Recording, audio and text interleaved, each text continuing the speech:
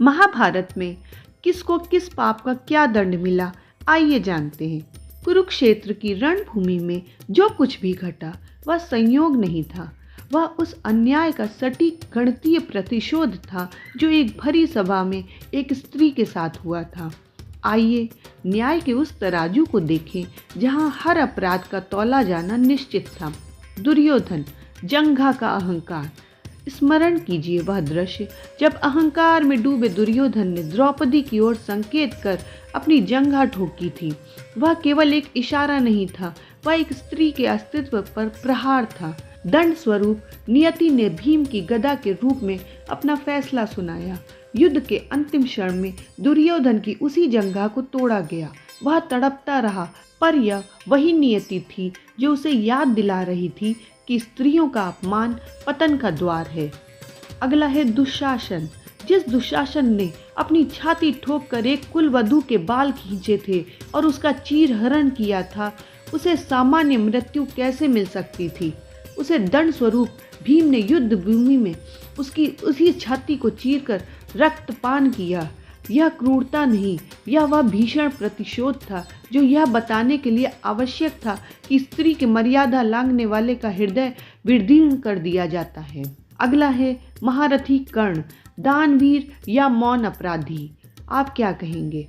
आज संसार कर्ण के कवच, कुंडल और दान की चर्चा करता है, परंतु जब एक असहाय स्त्री द्रौपदी मदद की भीख मांग रही थी, तब कर्ण ने न केवल उसका उपहास किया बल्कि उसे वेश्या तक कहने का दुस्साहस किया। उसने एक स्त्री की विवशता का समर्थन किया था और उसके इसी दुस्साहस का दंड स्वरूप श्री कृष्ण ने नियति का चक्र ऐसा घुमाया कि कर्ण को ठीक वैसी ही विवशता से मरना पड़ा। रथ का पहिया फंसा हुआ, विद्या विस्मृत, शस्त्रहीन और पूरी तरह असहाय। संदेश स्पष्ट था कि जो किसी की विवशता पर हंसता है, ईश्वर उसे दया का पात्र नहीं रहने देता। अगले हैं भीष्म पितामह, मौन की शैया। गंगा पुत्र भीष्म जो काल को भी रोक सकते थे, उन्होंने प्रतिज्ञा की आड़ में अन्याय को मौन स्वीकृति दी। एक स्त्री रोती रही और रक्षक मौन रहे। दंड स्वरूप उन्हें मृत्यु भी तुरंत नसीब नहीं हुई। उनका शरीर बाणों की शैया पर पड़ा रहा। हर एक बाण उस हर एक क्षण की पीड़ा था जब वे चुप रहे थे। उन्हें अपनी आंखों के सामने अपने कुल की 4 पीढ़ियों का विनाश देखना पड़ा। इच्छा मृत्यु का वरदान उनके लिए श्राप बन गया, क्योंकि वे तब तक प्राण नहीं त्याग सके जब तक उन्होंने अपनी चुप्पी का परिणाम अपनी आंखों से नहीं देख लिया। अगले हैं धृतराष्ट्र। धृतराष्ट्र जन्म से अंधे थे, पर उनका असली अंधेरा पुत्र मोह था। उन्हें दंड स्वरूप 100 हाथियों का बल रखने वाले राजा को अपने 100 पुत्रों के शवों को छूना पड़ा। उस समय वे राजा नहीं, केवल एक लाचार पिता थे। नियति ने उनसे कहा, तुमने धर्म को नहीं पुत्र को चुना, अब परिणाम भुगतो। आपको क्या लगता है, क्या पांडव दंड से बच गए? नहीं, न्याय का विधान अपने और परायों में भेद नहीं करता। जिनमें से सबसे पहले आते हैं अर्जुन।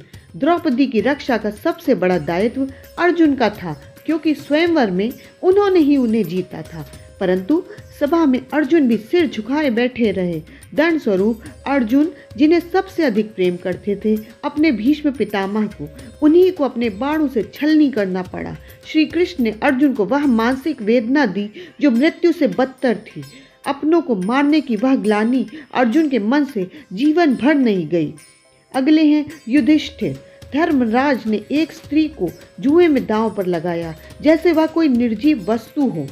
दंड स्वरूप सत्यवादी युधिष्ठिर को युद्ध भूमि में झूठ बोलना पड़ा और उसी एक झूठ के कारण उनके गुरु द्रोणाचार्य का वध हुआ। उनका एक झूठ उनके जीवन भर के सत्यों पर भारी पड़ गया। इसी दंड सूची में अगले आते हैं बलराम जी।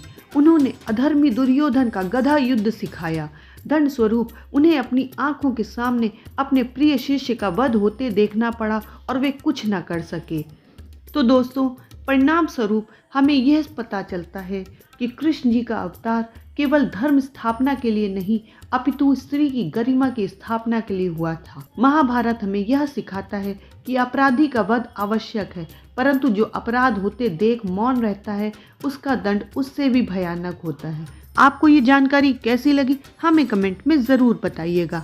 और हाँ, अगर हमारे वीडियोस आपको थोड़े से भी अच्छे लगते हों तो वीडियो को लाइक करें, शेयर करें और चैनल को सब्सक्राइब करना बिल्कुल ना भूलें। धन्यवाद।